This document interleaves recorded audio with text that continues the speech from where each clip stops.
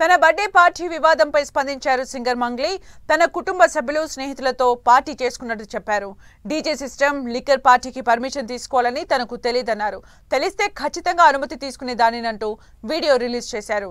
అక్కడ local liquor తప్ప విదేశీ మద్యం, మత్తు పదార్థాలు ఏమీ లభించలేదన్నారు. ఇక గంజాయి పాజిటివ్ వచ్చిన వ్యక్తి గతంలో ఎక్కడో సేవించినట్టు పోలీసుల విచారణలో తేలిందన్నారు. నిన్న ఏదైతే నా బర్త్డే పార్టీ జరిగిందో ఒక చిన్న ఇంట్లో పార్టీ లాగా, ఒక ఫ్యామిలీ ఫంక్షన్ లాగా జరుపుకోవాలన్న ఒక ఉద్దేశంతో ఆ రిసార్ట్లో మా అమ్మా నాన్నల కోరిక మేరకు మా అమ్మా నాన్నలతో కలిసి, మా ఫ్యామిలీ మెంబర్స్తో కలిసి నేను జరుపుకోవడం జరిగింది. అక్కడ మా అమ్మా నాన్న ఫ్రెండ్స్, మా ఫ్యామిలీ ఫ్రెండ్స్, మా టీమ్ మెంబర్స్ మాత్రమే ఉండడం జరిగింది. అండ్ అట్లనే లిక్కర్ ఉండడం జరిగింది, సౌండ్ సిస్టమ్ ఉండడం జరిగింది. సో సౌండ్ సిస్టమ్కి, లిక్కర్కి పర్మిషన్ తీసుకోవాలని చెప్పి నాకు అస్సలు అవగాహన లేదు, ఐడియా కూడా లేదు. అది అనుకోకుండా సడన్గా ప్లాన్ చేసుకొని వెళ్ళిపోవడం జరిగింది అక్కడ. సో అందుకు నాకు అవగాహన లేదు, లేకుంటే నేను డెఫినెట్లీ తీసుకునేదాన్ని. నాకు అసలు గైడెన్సీయే లేదు.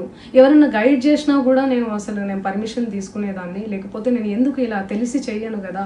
సో ఇదంతా ఇలా తెలిసి అయితే నేను తప్పు చేయలేదు, తెలియకుండా ఇది జరిగిపోయింది.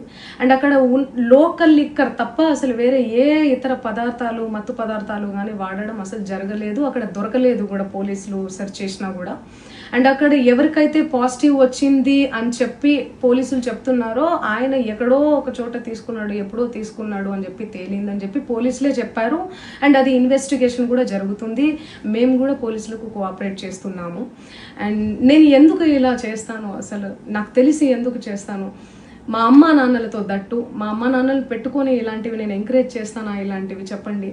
అండ్ ఒక రోల్ మోడల్గా, ఒక ఇన్స్పిరేషనల్గా ఉండాలని అనుకుంటాను, కానీ నేను ఇలా ఎందుకు నేను చేస్తాను. సో ప్లీజ్ దయచేసి మీడియా మిత్రులకు నా విన్నపం ఏంటంటే, ఆధారాలు లేని అభియోగాలు నా మీద అస్సలు మోపద్దు ప్లీజ్.